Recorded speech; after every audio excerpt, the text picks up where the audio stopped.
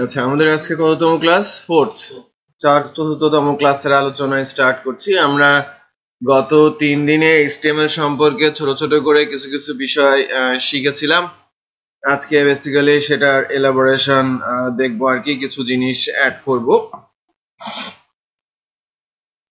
আর কি। অ্যাড করা বলতে যে আমরা নতুন করে কিছু জিনিস শেখার চেষ্টা করব। আমাদের প্রজেক্টে ছিল TTCI Batch 19 HTML CSS। So static সাইটের আমরা আলোচনায় ছিলাম। আপনাদের কিছু কাজ আমি হয়তো দিয়েছিলাম, যতটুকু মনে পড়ে। সো আমি ডে 4 এর মধ্যে সেই আলোচনাটা এগিয়ে নেওয়ার চেষ্টা করছি। ডে 3 থেকে আমি কিছু কন্টেন্ট বেসিক্যালি নিয়ে নিব। ডে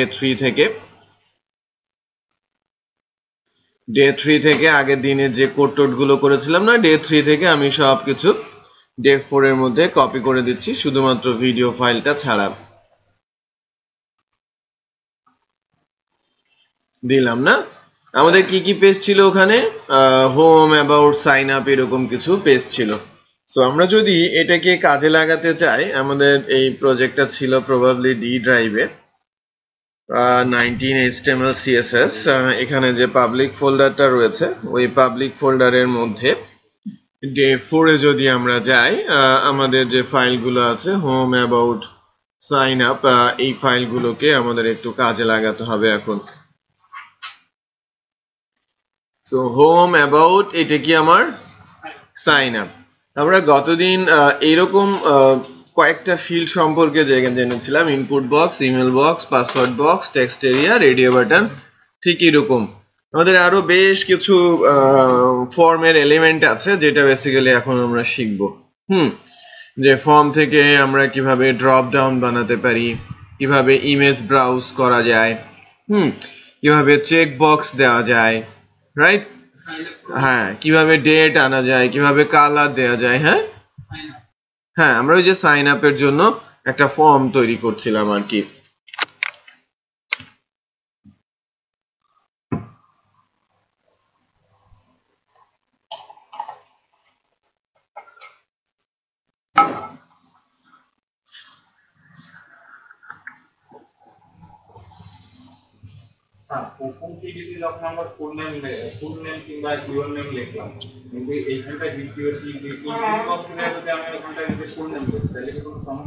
ওখানেও হ্যাঁ ফুল নেম দেখাবে, সমস্যা নেই, হবে, রাইট, যে কোনো কিছুই চলে, কারণ এটা তো জাস্ট আপনি HTML লিখছেন, ডিসপ্লে কিছু, ওখানে লজিক্যাল এমন কিচ্ছু নাই, বুঝতে পেরেছেন? সো আমি সাইন আপের পেজটা একটু ভেঙে নেওয়ার চেষ্টা করছি। সাইন আপ,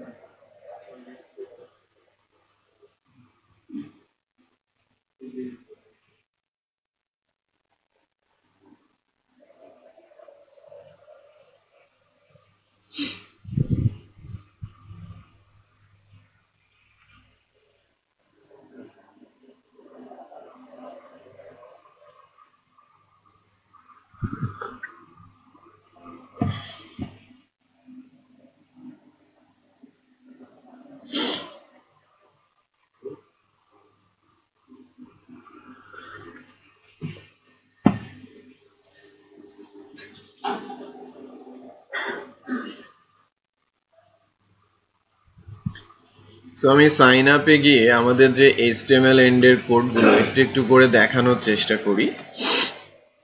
আমরা লাস্ট ডে পর্যন্ত পাসওয়ার্ড, অ্যাড্রেস এবং জেন্ডার দেখেছিলাম, একটু খেয়াল করেন। আমি পাসওয়ার্ডের পরে আরেকটা TR নিচ্ছি, তার আন্ডারে TD নিচ্ছি, পাসওয়ার্ডের পরে কিন্তু তা আমি বলছি মোবাইল নাম্বার। মোবাইলের কি হয়? নাম্বার হয় না? মোবাইলের নাম্বার হয়। Input type number, name like mobile number. আমি বুঝাতে পেরেছি? নেম হচ্ছে মোবাইল নাম্বার। এবার যদি আমরা চেক করে দেখি, এখানে লোড দেই, দেখেন একটা নাম্বারের বক্স চলে আসছে। এখানে যদি আপনি কোনো টেক্সট লিখেন, রেড হয়ে গেল, রাইট? আবার যদি এটা রিমুভ করে দিয়ে নাম্বার লিখেন তখন ঠিক আছে।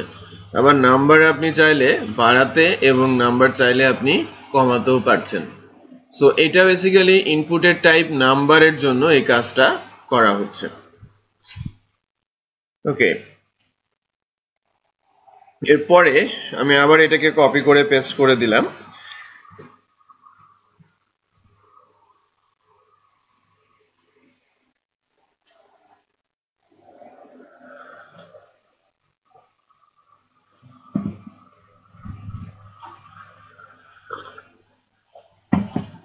এখানে যেটা আনার চেষ্টা করব সেটা হচ্ছে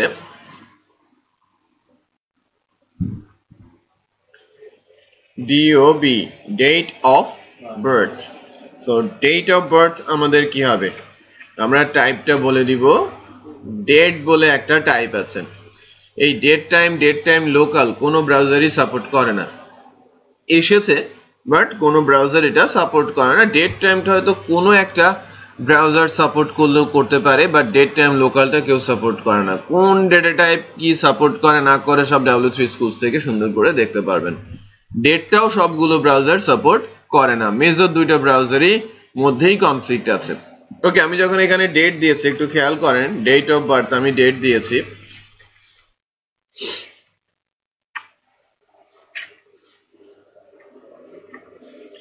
ডেট অফ বার্থ। এখানে যান, আমি যদি লোড দেই একটা ইনপুট বক্সের মতো আসে, বাট এই ইউআরএলটাকেই যদি আমরা ক্রমে তুলি,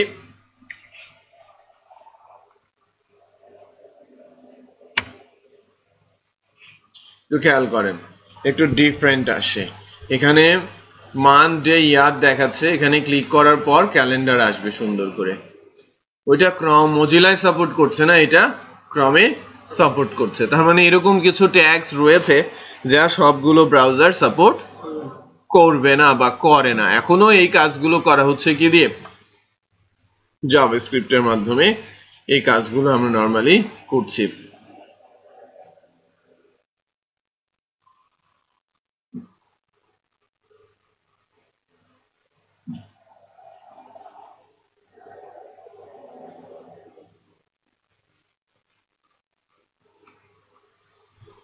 ওকে, আমরা যখন এটা নিয়ে কথা বলছি ডেট অফ বার্থ, অনেক সময় দেখা যায় কালার কোড আমরা হয়তো ব্রাউজারে খুব কমই দেখি। মনে করেন এরকম লেখা আছে ব্যাকগ্রাউন্ড কালার, আপনি কালার দেবেন, যে কালারটা ডেটাবেজে চলে যাবে।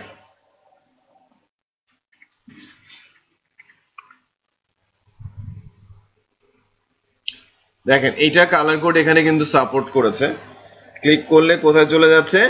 কালার অপশনে, কালার কোড অপশনে চলে যাচ্ছে। আমি যখন কোনো কিছু সিলেক্ট করে ওকে প্রেস করছি ওখানে কিন্তু কালারটা চলে আসে, যেটা সার্ভারের জন্য কাজ করবে। বাট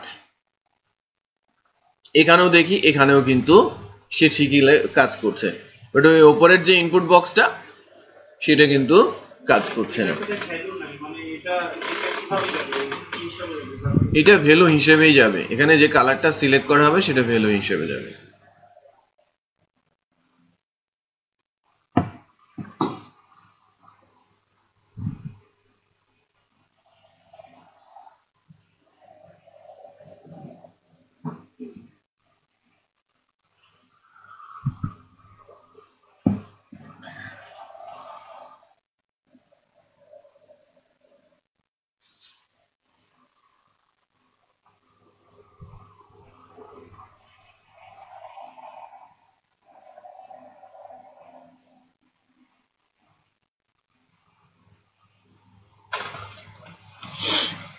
আচ্ছা, তাহলে আমরা ডেট অফ বার্থ, নাম্বার এবং কালার কোড এই তিনটা জিনিস নতুন করে আজকে দেখলাম। আর এরপরে আসি, আমি যদি বলি যে এই অংশটাকে আবার কপি করে পেস্ট করি, এটাকে আমি বলছি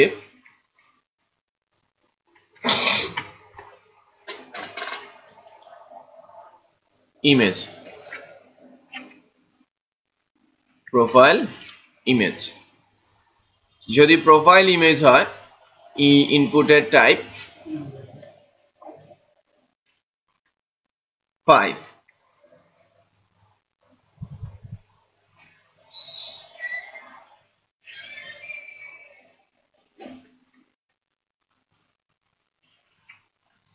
ঠিক আছে? ইনপুটের টাইপ ফাইল বলছি, আর এটার নাম আমি দিয়ে দিচ্ছি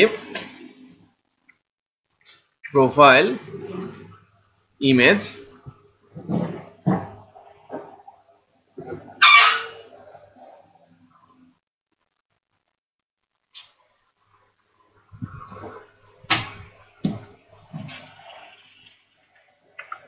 So let's check. এটা দেখেন একটা ব্রাউজ অপশন চলে আসছে, যা প্রেস করার পর আমি ব্রাউজ করার জন্য সুযোগ পাচ্ছি, তাই না? আমি ইমেজ চাইলে এখান থেকে সিলেক্ট করে দিতে পারি।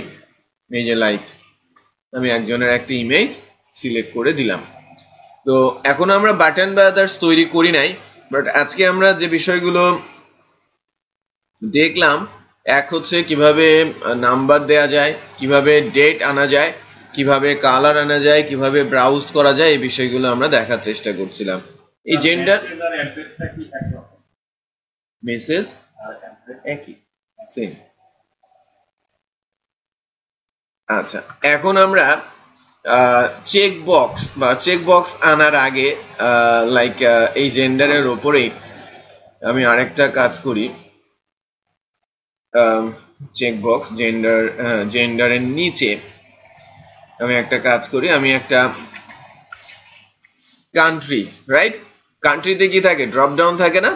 কান্ট্রিতে কিন্তু ড্রপ ডাউন থাকে।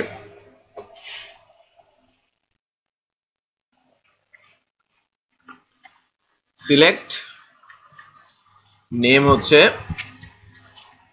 কান্ট্রি, এটার কোনো টাইপ নেই। ওকে, যখন আপনি সিলেক্ট দিচ্ছেন একটু খেয়াল করেন, এই নিচে আসবে জেন্ডারের নিচে জাস্ট একটা ছোট্ট কম্বোর মতো এসেছে, ঠিক আছে? এখন এর ভেতরে আমরা অপশন জুড়ে দিব, ক্লোজ অপশন চলে আসে। যদি এখানে ড্যাশ দিয়ে দেই, দেন ড্যাশ চলে আসে একটা অপশন, রাইট? এর ভেতরে আমরা যা লিখবো সেটাই চলে আসবে। সিলেক্ট কান্ট্রি, তার মানে আমি যদি একাধিক অপশন দেই,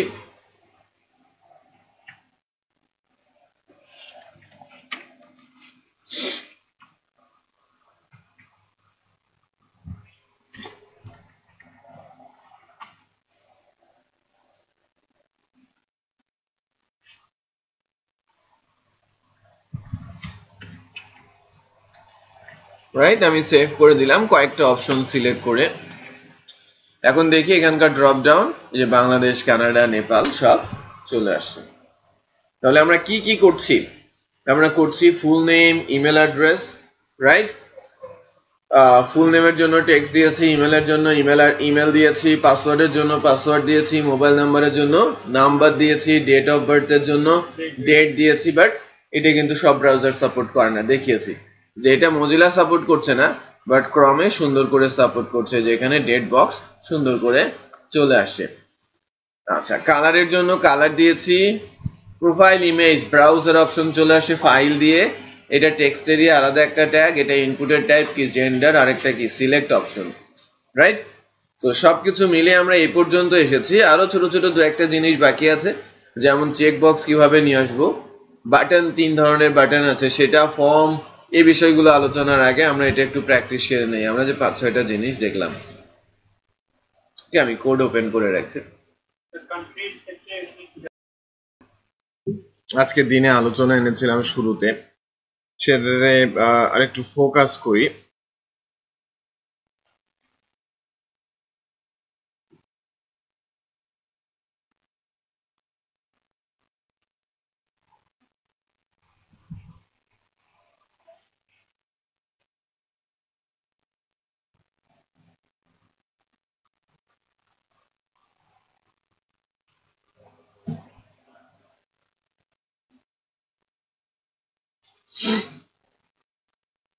কি কি যেন আমি আপনাদের করতে বলেছিলাম, কান্ট্রি ড্রপ ডাউন লিস্টের পর আমি একটা চেক বক্স বসাতে বলেছিলাম। আগে একটা চেক বক্স বসিয়ে নিই। চেক বক্সটা আর একটা টিআর এবং ROTD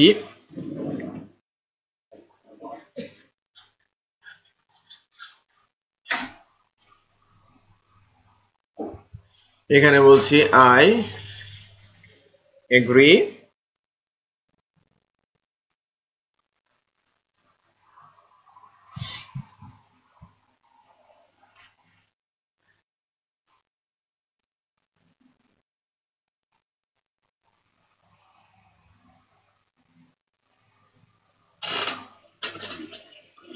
এখানে এসে যে চেক বক্স যেটা বসবে পাশে সেটা হচ্ছে ইনপুট, টাইপটা কি হবে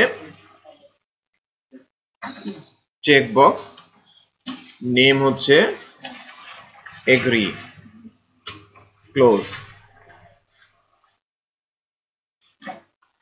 তো লেটস চেক যে আমি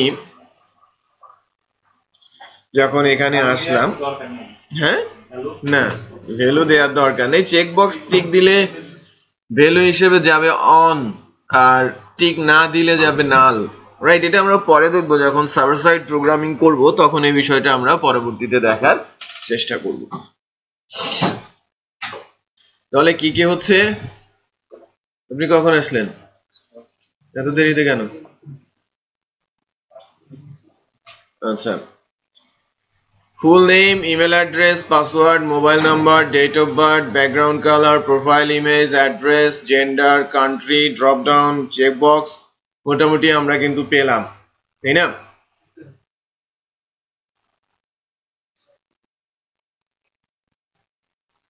এবার আমার বাটন দরকার, রাইট? এবং এইটাকে পুরোটাকে আবদ্ধ করতে হবে একটা ফর্মের মধ্যে। আবারও বলছি, পুরোটাকে আবদ্ধ করতে হবে কোথায়? একটা ফর্মের মধ্যে।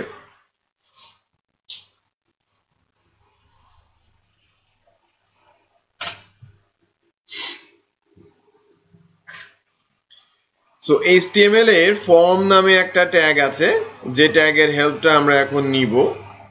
ট্যাগের হেল্পটা হচ্ছে এরকম,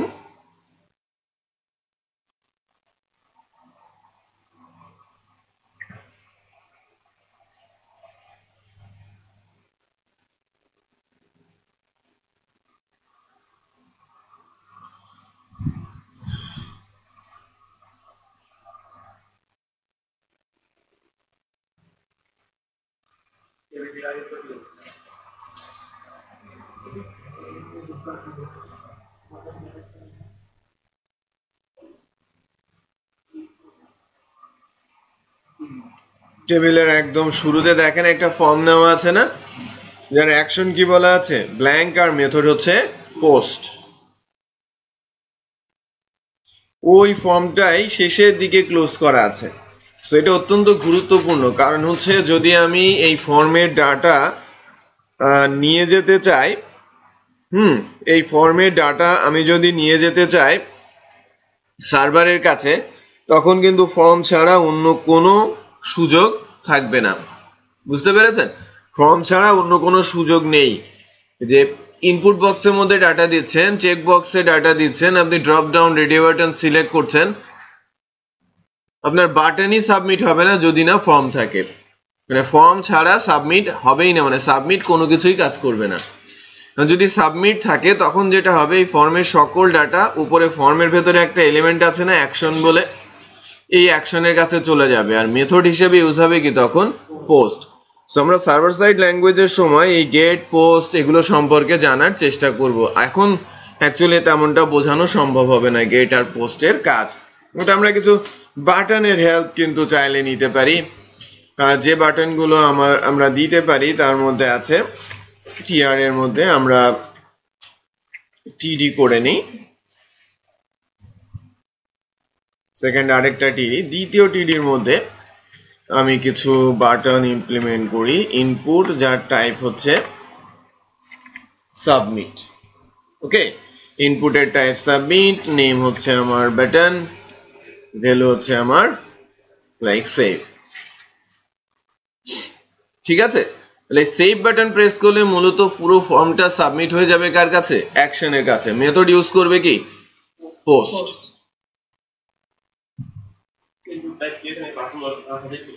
হ্যাঁ, ইনপুট টাইপ বাটন দিলে শুধু বাটন হতো, ওটা সাবমিট হতো না।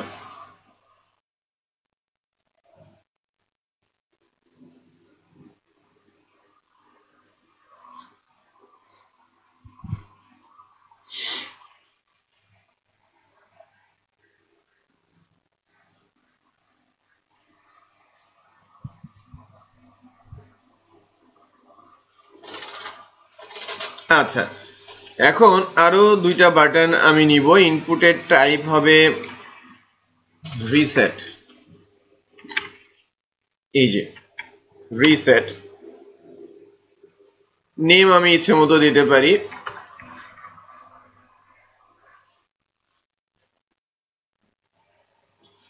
সো রিসেট নামে আমি একটা বাটন নিচ্ছি, ঠিক আছে? রিসেট নামে একটা বাটন নিচ্ছি। আর একটা বাটন হবে ইনপুটের টাইপ যদি আপনি বাটন দেন, বাটন, এটা একটা বাটন, এটা একটা বাটনের মতো বিহেভ করবে। তো তিনজনের বিহেভিয়ার তিন রকম হবে।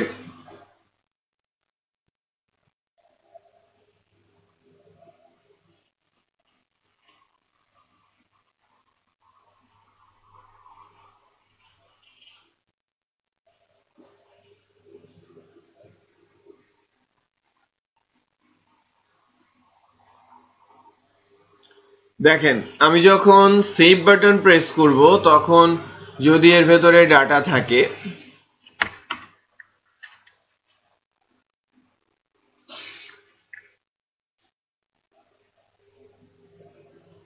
কিছু একটা আছে, date of birth, date of birth. So এইটাতে যদি আমি সাবমিট করি, একটু খেয়াল করবেন, এটা উপরের দিকে লোডিং দেখাবে। এই জায়গাটাতে এভাবে লোডিং দেখাবে, বুঝতে পেরেছি? এই জায়গাটাতে এভাবে লোডিং দেখাবে। প্রথমে যাবে এই পর্যন্ত, মানে উল্টো দিকে ঘুরবে, তারপরে সোজা দিকে ঘুরতে থাকবে। প্রথমে যাবে কি সার্ভারের দিকে, তারপরে আসবে কি ক্লায়েন্টের দিকে। গ্রে কালার আর গ্রিন কালার। সো বেসিক্যালি এটা তো এই পেজে, মানে সার্ভারে তো নেই, আমরা আছি লোকাল মেশিনে, এই কারণে ঠিক ইম্প্যাক্টটা তেমন হবে না। তারপরেও এটা লোডিং এর মতো দেখিয়ে এই পেজে চলে আসবে আবার, এবং এই ডাটাগুলোকে আর দেখা যাবে না। তেমন এসে এই ডাটাগুলোকে পাঠালো কোথায়? সার্ভারে। অ্যাকশন যেহেতু নেই, সো এই ডাটাগুলোকে আর খুঁজে পাওয়া যাবে না। আমি যদি সাব বাটন প্রেস করি, দেখেন লোডিং হয়েছে না? দেখেন আমার লোড হয়ে এখানে ফেরত আসছে, আগের ডাটাগুলোও নেই। সো হ্যাঁ, এখানে পোস্ট মেথড কাজ করছে। আবার চেক করেন যে আমি সেভ বাটন প্রেস করলে এখানে লোডিং দেখাবে। সেভ বাটন প্রেস করি, লোডিং দেখাচ্ছে না? একটু ঝাঁকিয়ে দিচ্ছে। বাট আমি যখন শুধু বাটন প্রেস করছি, এটার কোনো ইম্প্যাক্ট আছে? কিচ্ছু নাই। তার মানে এটা সিম্পল বাটন, যেটা নর্মালি আমরা ভিন্ন কাজে ইউজ করে থাকি। না, ইউআরএল এ কোনো লেখাও চেঞ্জ হচ্ছে না। যদি সার্ভারে যায় তখন কি আপনার লিংক করা হবে?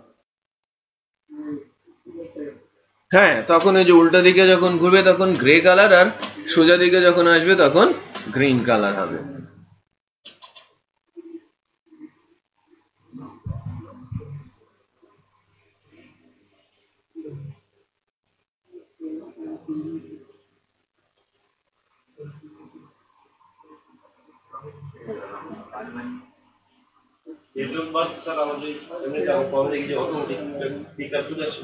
এটা চলে আসে গুগল ক্রমে। এই যে ডেট অফ বার্থ গুগল ক্রমে কিন্তু ডেট পিকার চলে আসে, বাট মোজিলা এটা সাপোর্ট করে না।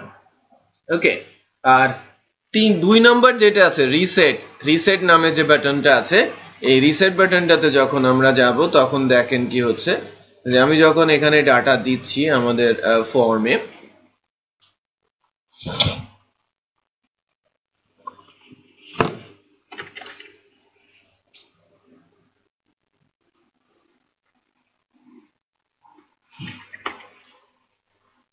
তো আপনি কিছু ডাটা দিয়েছেন ফর্মের মধ্যে, ঠিক আছে, যখন আমি রিসেট বাটনটা প্রেস করব অটোমেটিক কি হবে, এই ফর্মের সব ডাটা ক্লিয়ার হয়ে যাবে, রাইট? রিসেট বাটন প্রেস করাতে ফর্মের সকল ডাটাই ক্লিয়ার হয়ে যাবে। সো এটা অত্যন্ত ইম্পর্টেন্ট বাটন হিসেবে আমরা নরমালি ইউজ করে থাকি। এই যে বাটনটা আসলো ইনপুটের টাইপ বাটন দিয়ে, এটাকে যদি আমরা এভাবে করি,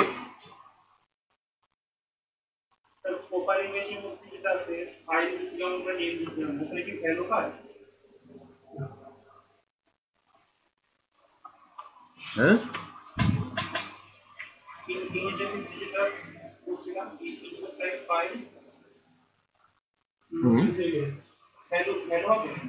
না, কোনো ভ্যালু হবে না।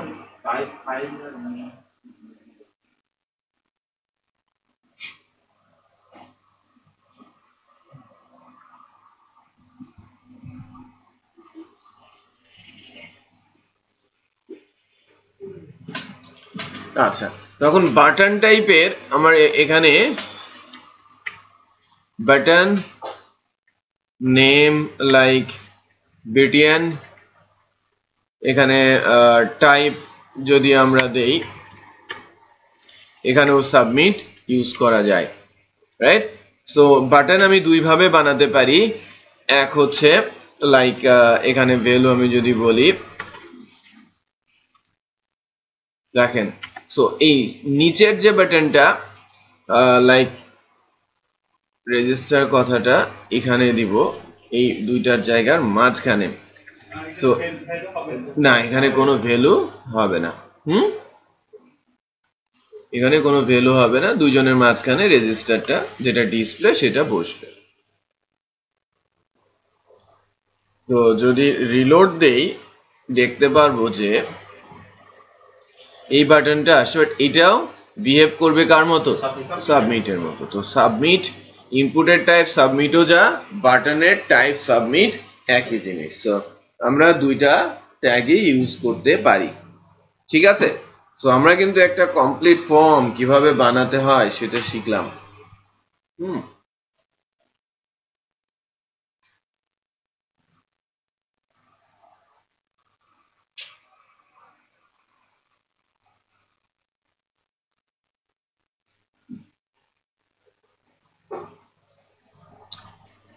সো এরপরে একটু একটু করে সিএসএস এর আলোচনা শুরু করব, এটা একটু প্র্যাকটিস সেরে নেন ফর্মের।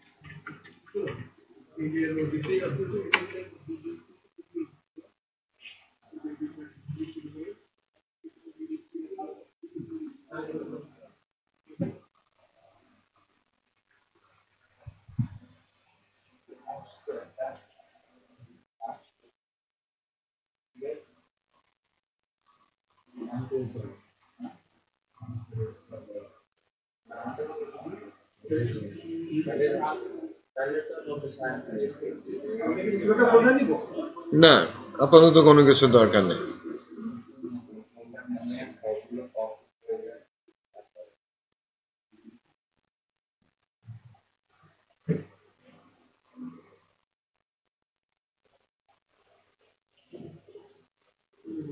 দেখেন, আমি যেটা বলার চেষ্টা করছি এখন সেটা হচ্ছে যে সিএসএস কি বিষয়টা।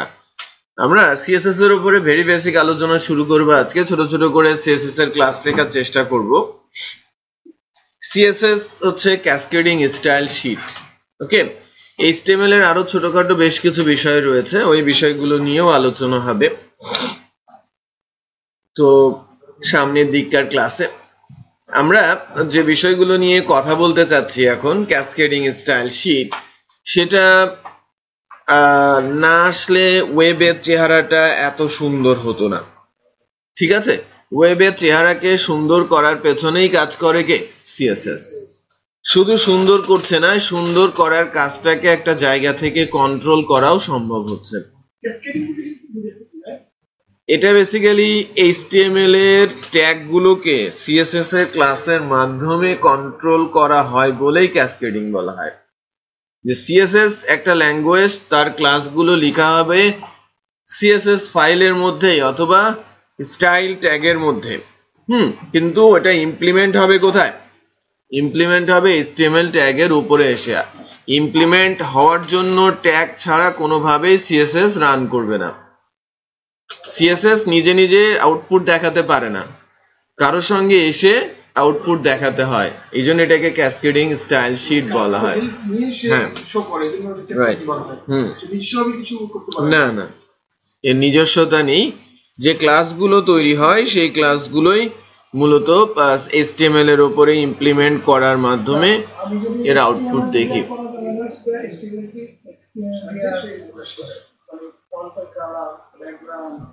এগুলো করা যাবে এবং সব ডিজাইনও করা সম্ভব, রাইট?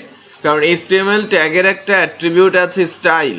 ওই স্টাইলের মাধ্যমে প্রপার্টি অ্যাপ্লাই করে করে সবকিছুই করা সম্ভব, বাট ওটা ফিক্সড হয়ে যাবে, তখন এটা ইউজার ফ্রেন্ডলি থাকবে না। বুঝতে পেরেছেন? যে মনে করেন আমার সাইটে 10টা পেজ আছে, 10টা পেজেই সেম লোগোটা কি সেম। তো যদি আমি CSS না দিয়ে স্টাইল দিয়ে করি, ট্যাগের স্টাইল ইউজ করে, এটাকে বলা হয় ইনলাইন স্টাইলিং। যদি আমি ইনলাইন স্টাইলিং করি সেই ক্ষেত্রে প্রবলেম হবে, যদি চেঞ্জ করতে বলা হয় 10টা পেজে গিয়েই আমাকে চেঞ্জ করতে হবে। আর যদি CSS এর ক্লাস ইউজ করে করি, এক জায়গায় করলে সব জায়গায় চেঞ্জ হয়ে যাবে, কারণ এই ক্লাসগুলো আমার 10 জায়গায় কল করা সম্ভব। বুঝতে পেরেছেন? সো এটাই মূলত অ্যাডভান্টেজ। ওখানে কিছু কিছু কেসে হয়তো অ্যালাউ করা সম্ভব।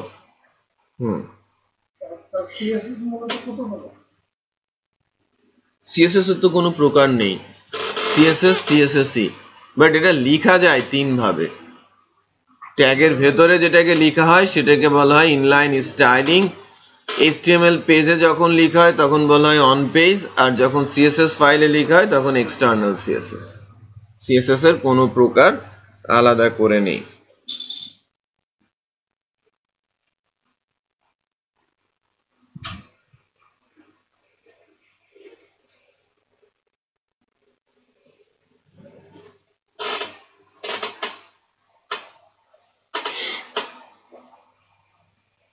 তো যা বলছিলাম যে CSS ক্লাস অত্যন্ত গুরুত্বপূর্ণ। আমি যদি বলি যে এই পেজটার CSS আমি দেখব, এই পেজটার HTML আমি দেখব, এই পেজটার সঙ্গে রিলেটেড জাভাস্ক্রিপ্টকে আমি দেখব, সেটা কিন্তু দেখতে পারি, কারণ এই 3টা ল্যাঙ্গুয়েজই ক্লায়েন্ট সাইডের, এবং যে কোনো সাইডের HTML CSS জাভাস্ক্রিপ্ট নিয়ে নেওয়া যায়। এই জন্য এটাকে নন সিকিউর ল্যাঙ্গুয়েজ বলা হয়ে থাকে, এর কোনো সিকিউরিটি নেই। যে কোনো সাইট, যে কেউ যদি চায় যে তার ডিজাইন আমি নিয়ে নিব, সে পারবে। HTML CSS এবং জাভাস্ক্রিপ্টের কোড ব্রাউজারে থাকাতে বা ব্রাউজার এন্ডে এসে এক্সিকিউট হওয়াতে এটা খুব সহজেই আমরা দেখতে পারি। তো আমি যদি এখান থেকে রাইট ক্লিক করি, রাইট ক্লিক করে যদি বলি ওই ভিউ সোর্স কোথায়, একটু নিচের দিকে যাই, এখানে ইমেজ আছে, ক্লিক করে ভিউ পেজ সোর্স, একটু খেয়াল করেন। তো এই পেজের যে সোর্স গুলো সেগুলো সব চলে আসে। রাইট ক্লিক করার পর এই পেজের HTML CSS এর ভেতরে যত জায়গায় এই যে যেটা জাভাস্ক্রিপ্টের কোড সেগুলো সব চলে আসে, রাইট? সো আমি খুব সহজেই তো কপি করে নিতে পারি, ইভেন সেভ অ্যাজ করে HTML ফাইল আকারেও ডাউনলোড করে নেওয়া যায়।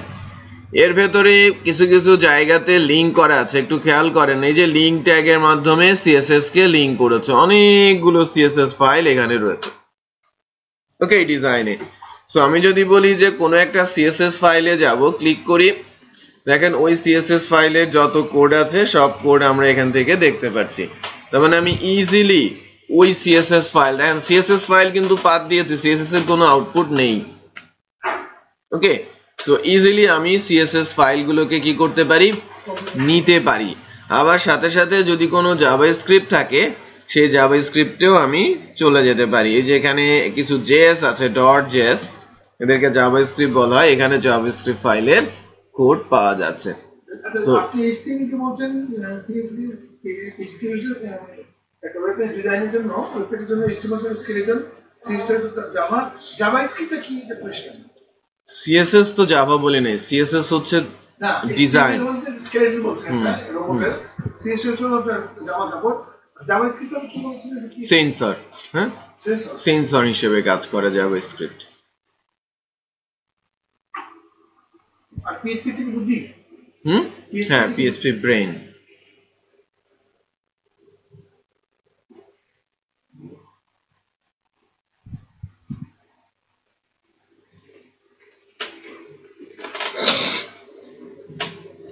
এখন আমি সিএসএস এর ক্লাস লেখার কিছু নিয়ম কানুন আছে এবং কিভাবে কিভাবে লেখা যায় সেগুলো একটু আলোচনা করব আর কি।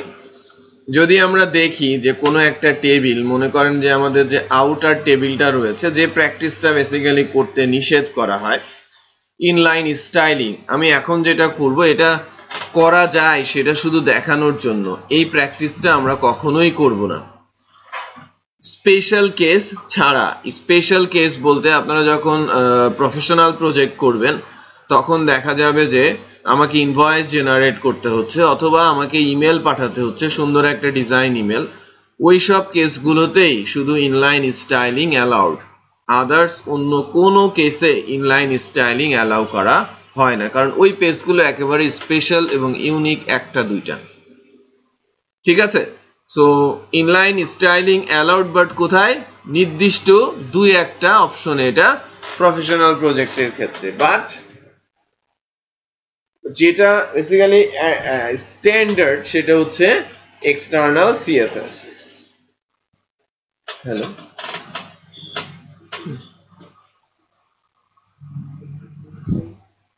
আমরা 3.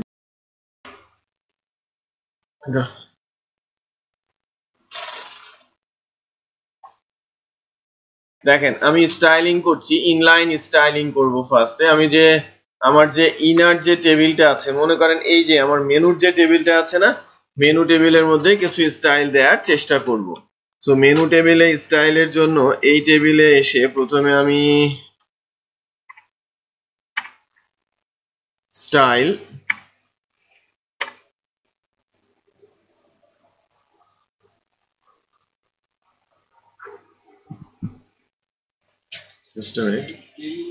স্টাইল একটা ট্যাগ, ঠিক আছে, মনে করেন হ্যাঁ স্টাইল একটা HTML এর অ্যাট্রিবিউট। আমি যদি বলি শুধু কালার,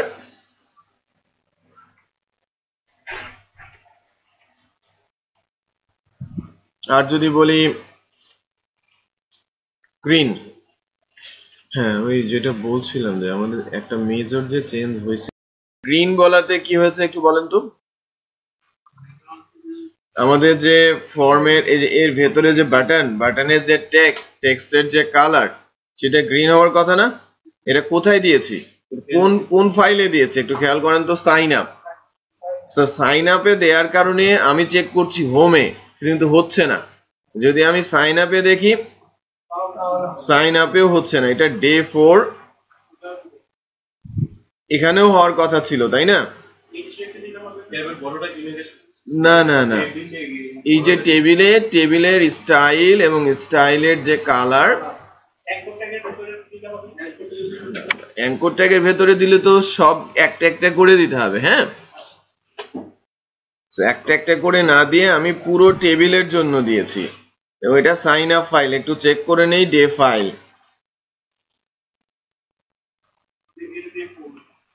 এটা ডে 4 না, আমি ভিন্ন এক বর্ডার কোথায়, হ্যাঁ বর্ডারের কালার গ্রিন হয়েছে। এখানে যে টিআর গুলো রয়েছে এটা বেসিক্যালি টেক্সট কালার হিসেবে যায়। আমি যদি যে টেক্সট অ্যালাইন বলে, একটু খেয়াল করেন, টেক্সট অ্যালাইন, টেক্সট কালার বলে কোনো কিছু নেই, কালার দিলে সবারই কালার পাওয়ার কথা, বাট এটা টেবিলে দেওয়াতে টেবিলের বর্ডার গুলোর কালার গ্রিন হয়েছে। এই স্টাইলটা আপনি এখন এখানে নিয়ে আসেন, টিআর এ নিয়ে আসেন, লেটস চেক। টিয়ারের বর্ডারের কালার কিন্তু গ্রিন হয়েছে। আবার যদি আপনি এটাকে কাট করে কোথায় নিয়ে আসেন, এই টিডিতে নিয়ে আসেন, একটা টিডিতে নিয়ে আসেন, তখন ওই টিডিটার কালার অ্যাকচুয়ালি গ্রিনটাকে ঠিক সেভাবে বোঝা যাচ্ছে না। আমি যদি রেড দেই, হ্যাঁ রেড,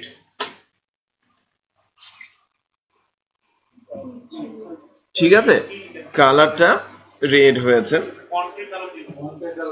ফন্টের কালারটা কিন্তু চেঞ্জ হচ্ছে না। স্টাইল কালার, যেটা স্টাইল কালার, সেই কালারটা যখন সিএসএস এ যাবে তখন কালার পাওয়া মাত্র সেটা কিন্তু ফন্টের সবগুলোতেই অ্যাপ্লাই করে।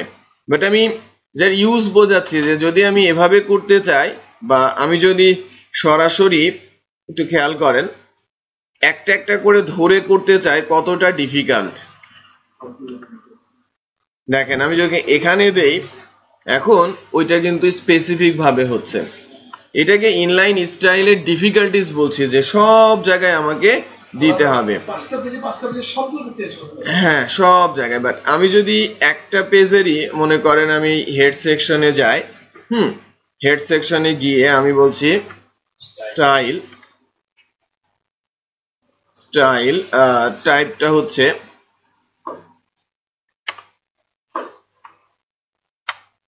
টেক্সট সিএসএস, এবং এখানে গিয়ে আমি যদি একটা কালার একটা ক্লাস লিখি, মনে করেন টেস্ট নামে একটা ক্লাস লিখেছি, টেস্ট নামে একটা ক্লাস লিখতে যাচ্ছি। ক্লাস এভাবে লিখতে হয়, ক্লাসের একটা স্ট্যান্ডার্ড স্ট্রাকচার আছে, এভাবে লিখতে হয়। সিলেক্টর ব্র্যাকেট হচ্ছে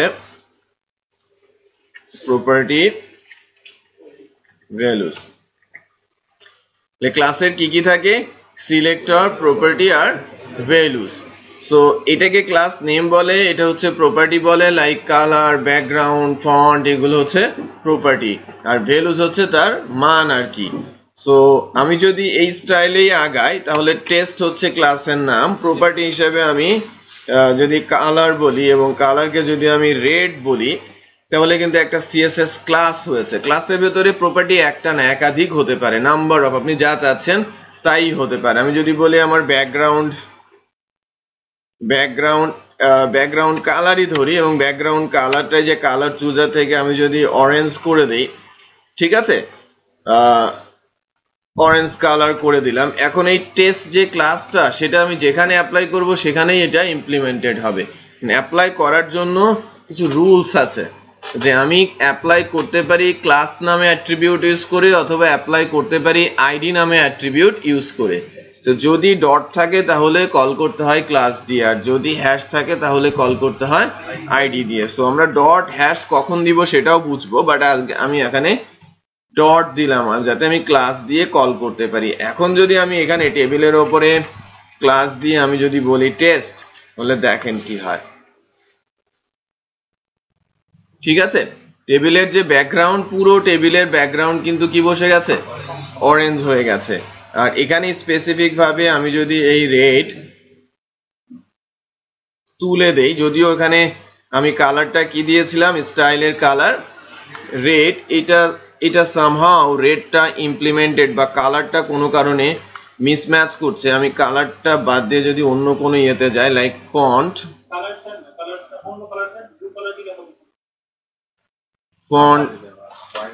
সাইজ, ইমপ্লিমেন্টেশন দেখাচ্ছি 20 পিক্সেল। একটু খেয়াল করবেন যে ওই টেবিলের ভেতরে যতগুলো টেক্সট আছে প্রত্যেকের ফন্ট সাইজ কিন্তু 20 পিক্সেল বেড়ে গেছে। তার মানে কি, ওই ক্লাসটা জাস্ট টেবিলে ইমপ্লিমেন্ট করাতে পুরো টেবিলে আমি এখানে যা লিখবো আমার টেবিল বিহেভিয়ার ঠিক সেভাবেই চেঞ্জ হতে থাকবে।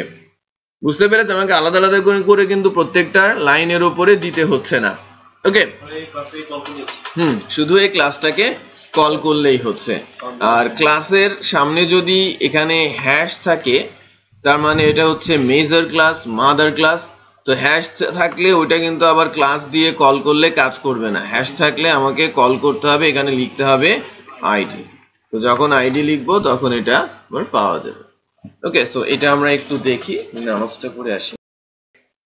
এই টেস্ট ক্লাসটা যদি আমরা হোমের মধ্যে যাই, এই হোমের মধ্যে গিয়ে এই যে এই টেবিলটা, ভেতরে যে টেবিলটা, এখানে কি দিয়ে কল করেছি? আইডি দিয়ে, তাই না? টেস্ট ক্লাসটাকে কল করি, হোমে গিয়ে কল করেছি, কিন্তু খেয়াল করেন লাভ আছে পাবে সবাই, একটু খেয়াল করি। হ্যাঁ, যে আমি কিন্তু টেস্টের ক্লাসটা লিখে আছে কোথায়? এই সাইন আপের হেডের মধ্যে, রাইট? স্টাইল ট্যাগের মধ্যে। তো বেসিক্যালি স্টাইল হচ্ছে HTML এর ট্যাগ, যার ভেতরে আমি CSS লিখতে পারি। সরাসরি HTML এর ভেতরে আপনি CSS লিখতে পারবেন না। লিখতে হলে প্রথমে স্টাইল ট্যাগ ওপেন ক্লোজ করে তার ভেতরে আপনাকে CSS লিখতে হবে। ওকে, এটা ম্যান্ডেটরি রুলস। আর আমি স্টাইল ট্যাগ দিয়েছি সাইন আপে, টেস্ট ক্লাসটা লিখে কল করেছি ওই পেজে, দিব্যি পাচ্ছে। বাট যখন হোমের ভেতরে গিয়ে ওই ক্লাসটা কল করার চেষ্টা করছি, ক্লাসটা কলও করেছি, বাট আমার আউটপুটে কিন্তু সেটা আসছে না। কারণ কি? ক্লাস তো সে পাওয়ার কথা না, কারণ ক্লাস আছে সাইন আপে, কল করেছি কোথায়? হোমে। কাজ করবে? কাজ করবে না। এর জন্য আমাকে যেটা করতে হবে সেটা হচ্ছে যে এমন একটা জায়গায় রাখতে হবে সবাই যেন সেটা অ্যাক্সেস করতে পারে। সো এর জন্য আমি যেটা করব, আমাদের প্রজেক্টের মধ্যে ডে 4 এর ভেতরে আমি একটা নতুন করে ফোল্ডার নিয়ে নিব। ফোল্ডারের নাম নিচ্ছি CSS। এবার CSS ফোল্ডারের ভেতরে আমি নতুন করে একটা ফাইল নিয়ে নিব। ঠিক আছে, একটা ক্যাসকেডিং স্টাইল শীট ফাইল। এটা মূলত .css এক্সটেনশনের ফাইল। আমি বলছি style.css, ছোট হাতের, সব ছোট হাতের। ওকে, CSS ফোল্ডারের ভেতরে style.css টা নিয়ে আসলাম। এখানে যে ডামি কোড আছে এগুলোকে রিমুভ করে দিয়ে আমি যেটা করব, এই যে সাইন আপের ভেতরে যে আমরা এই কোডটুকু লিখেছিলাম, এটাকে আমি কাট করে নিয়ে যাব। স্টাইল ট্যাগের দরকার নেই, এটাকে কাট করে নিয়ে গিয়ে আমি কোথায় রাখলাম? স্টাইলের ভেতরে পেস্ট করে দিলাম। না, এখানে স্টাইল ট্যাগ লাগবে না। ওকে, কোথায়?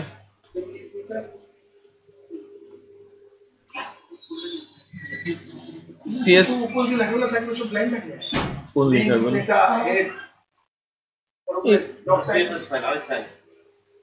এটা তো CSS ফাইল। কিছুক্ষণ আগে কিন্তু আমি দেখিয়েছি, আপনি ভিন্ন কাজ করছিলেন। আমি রিপিট করছি, আমি নতুন একটা ফোল্ডার করিয়েছি CSS নামে, তার ভেতরে রাইট ক্লিক করে নিউ থেকে ক্যাসকেডিং স্টাইল শীট। এটা বেসিক্যালি একটা স্টাইল ফাইল, রাইট? বেসিক্যালি একটা স্টাইল ফাইল। আমি যে কোনো নাম দিয়ে যদি এটাকে ফিনিশ বলি, নতুন একটা ফাইল চলে আসলো, CSS ফাইল।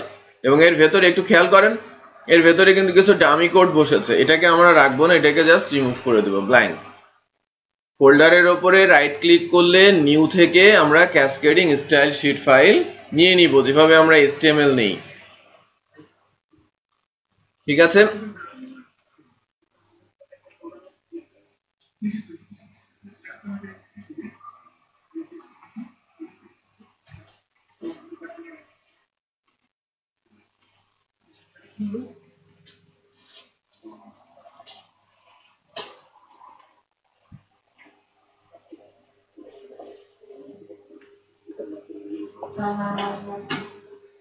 এখানে তো ফোল্ডার নিয়েছি, সব দেখাচ্ছে না। যেমন এখানে সব বড় তুমি একটা ফোল্ডার নিয়েছি, সিজের ফোল্ডার নিয়ে নিয়েছি। ঠিক আছে, নেওয়ার পরে আমি এখানে ওপেন করলাম, তুমি দেখছেন এখানে দুটো ডিলপ করলাম। না না, ওখানে কেন করেছে দেখি। রাইট ক্লিক করে, রাইট ক্লিক হয় না? হ্যাঁ, নিউয়ে যান, ফোল্ডার, এবার দেন CSS লিখেন। হ্যাঁ, ফিনিশ। দেখেন ভেতরে ফোল্ডার এসেছে, রাইট? এবার রাইট ক্লিক করেন, নিউ ক্যাসকেডিং স্টাইল শীট, নিচে আসেন। হ্যাঁ, ওইটা ফাইলটার নাম দেন স্টাইল। ফিনিশ, ব্যাস ফাইল চলে আসবে। দেখেন এই যে ফাইলে কোডও জেনারেট হয়ে যাবে। এই কোড যেটা আসবে ওগুলো রিমুভ করে দেবেন। মানে এরপরে যেটা আমরা শিখবো সেটা হচ্ছে যে আমি কিভাবে এই সিএসএস ফাইলটা এখন এইচটিএমএল এর সাথে লিংক করব, রাইট? হ্যাঁ, সব জায়গা থেকে অ্যাক্সেস করার জন্য এই সিএসএস ফাইলটা সাথে আমি লিংক করব। প্রথমে আমি হোমের সাথে লিংক করব। একটু খেয়াল করি, আমরা এখন পর্যন্ত কিন্তু কোথাও ওই হোমের যে ডিজাইনটা আমরা সিএসএস দিয়ে দিয়েছিলাম এই জায়গায়, সেটা কিন্তু পাচ্ছি না। কারণ ফার্স্টে আমি যেটা করব সেটা হচ্ছে যে আমি হোম থেকে আমি সিএসএস এর ফাইলটা লিংক করার চেষ্টা করব। লিংক নামে একটা এইচটিএমএল এর ট্যাগ আছে যার মাধ্যমে আমি সিএসএস এর সাথে লিংক করতে পারি। লিংক ট্যাগ দিয়ে কিন্তু আমরা আইকনের সঙ্গে লিংক করেছিলাম, মনে আছে? হ্যাঁ, তো লিংক করার জন্য প্রথমে লিখতে হবে টাইপ। কার সাথে লিংক করব? টাইপ হচ্ছে স্টাইল সিএসএস এর সাথে। তারপরে বলবো কোথায় আছে হাইপারলিংক রেফারেন্স। হাইপারলিংক রেফারেন্সটা বলে দিব যে সিএসএস এর মধ্যে ফাইলের নাম হচ্ছে style.css। তারপরে বলে দিব রিলেশন। রিলেশনটা হচ্ছে style sheet. So style sheet relation আকারে আসবে। এই যে ফাইলের নামটা, ক্লাসের নাম হবে কেন? ফাইলের নামটা, ফাইলের ভেতরে তো অনেকগুলো ক্লাস থাকবে, আমাদের একটা মাত্র ক্লাস আছে এখন। ওকে, সো আমি হোম থেকে লিংক করেছি। এখন যদি চেক করি, আমি যদি হোমে যাই, দেখেন হোম কিন্তু পেয়ে যাচ্ছে, রাইট? বাট অ্যাবাউট আস বা সাইন আপ কেউ পাচ্ছে না। কারণ কি? ওখানে লিংক করা নেই, ওই ফাইলগুলোতে লিংক করা নেই। জাস্ট এই ফেভিকনেরটা তো আমরা প্রথম দিন শিখেছিলাম না, যে এই আইকনটা আনার জন্য। আচ্ছা, তো এখন এই লিংকটা আমরা মাত্র লিখলাম। এই লিংকটাকে যদি আমরা কপি করে হোম, অ্যাবাউট এবং সাইন আপ যত পেজ থাকবে সেখানে যদি আমরা দিয়ে দেই, আমার আর কিন্তু কিছুই করতে হবে না। কিন্তু এই যে এখানে একটু খেয়াল করেন যে সব জায়গায় কিন্তু সব পেজেই কিন্তু আমাকে কল করে দিতে হবে। হোমে কিন্তু আমরা ওই যে টেস্ট নামে যে ক্লাসটা, সেটা টেবিলের উপর দিয়ে দিয়েছি না? দেখেন হোমে দিয়েছি, সাইন আপে টেস্ট নামে ক্লাসটা আমরা কল করেছি। বাট অ্যাবাউট আছে কি টেস্ট নামে ক্লাসটা কল করা হয়েছে? দেখেন এই টেবিলের উপরে টেস্ট নামের ক্লাসটা কল করা হয় নাই। সো কি দিয়ে কল করতে হয়? আইডি দিয়ে। আইডি দিয়ে কি হবে? টেস্ট। সো এবার চেক করি, সবগুলোতেই পাবো। হোমে পাচ্ছি, অ্যাবাউট আসে পাচ্ছি, সাইন আপেও পাচ্ছি। রাইট, যে কোনো ক্লাসকেই কল করতে পারি। এখন একটু খেয়াল করেন অ্যাডভান্টেজটা। আমি যদি স্টাইলে কালারটা আমি চেঞ্জ করে মনে করেন কিছু একটা দিলাম, মেজেন্টা টাইপের কিছু একটা কালার, আমি কিন্তু কোথায় স্টাইলে চেঞ্জ করেছি? সবগুলোতেই চেঞ্জ হয়ে গেছে, রাইট? সো এই একটা জায়গা থেকে আমি কন্ট্রোল করতে পারছি। এখানে যদি আমি টেক্সটের কালার বলি,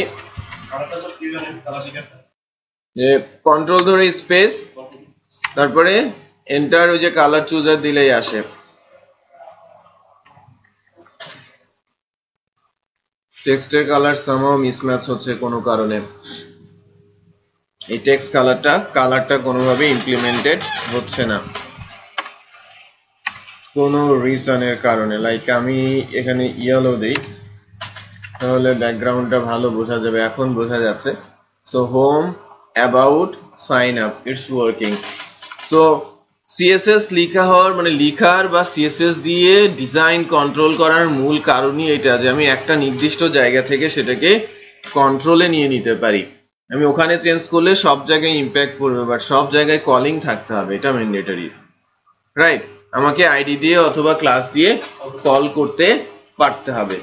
বুঝতে পেরেছেন? সো আমরা শুধু 2-3টা প্রপার্টি দেখছিলাম, ব্যাকগ্রাউন্ড কালার, ফন্টের সাইজ, ফন্টের কালার। আরেকটা আমি ছোট্ট রুলস একটু দেখাবো, একটু খেয়াল করেন, এটা অত্যন্ত গুরুত্বপূর্ণ। আমি যদি বলি বডি হচ্ছে বেসিক্যালি একটা ট্যাগের নাম। বডি হচ্ছে ট্যাগের নাম, আর বডি ট্যাগটা বলতে বোঝায় ব্যাকগ্রাউন্ডের সবকিছু, রাইট? মানে আমার পেছনে সকল পুরো এরিয়াটাই, স্ট্যাটাস ছাড়া পুরো এরিয়াটাকে বডি বলা হয়। তো আমি যদি আমি বডি যদি বলি লাইক ব্যাকগ্রাউন্ড কালার, আর ব্যাকগ্রাউন্ড কালারটা যদি চুজার থেকে আমি মনে করেন যে গ্রিন সিলেক্ট করলাম, সিলেক্ট করে যদি ব্রাউজ করি, আমার এখন কিন্তু কোথাও কল দেওয়ার কোনো দরকার নেই। অটোমেটিক আমার ব্যাকগ্রাউন্ড কালার কি হয়ে গেছে? গ্রিন হয়ে গেছে সব জায়গায়, কারণ আমার ওই সিএসএস এর কলিংটা তো রয়েছে। সিএসএস এর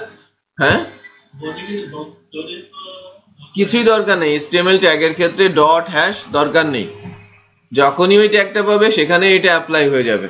তার মানে এখন আমি যদি যত পেজ তৈরি করব সবগুলোতেই ডেফিনেটলি বডি থাকবে, আর বডি থাকলেই বডি কালারটা এরকম চলে আসবে। বুঝতে পেরেছেন?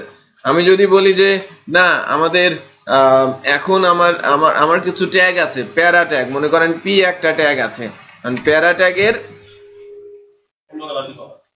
মধ্যে আমি বলছি যে প্যারা ট্যাগ গুলোতে ব্যাকগ্রাউন্ড কালার আমি চাচ্ছি ভিন্ন একটা কিছু,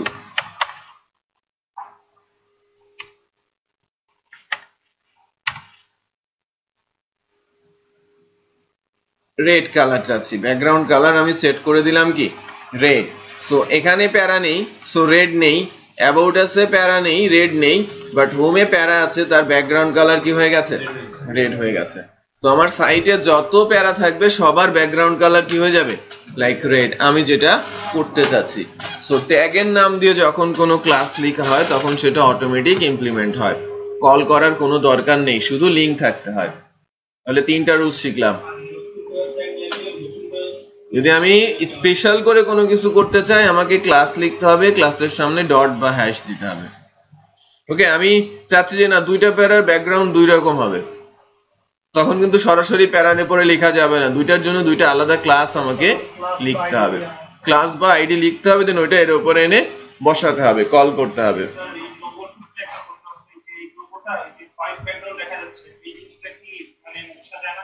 না, আপনাকে ওই ইমেজ থেকেই তৈরি করে আনতে হবে। না, ফটোশপে আপনাকে করতে হবে।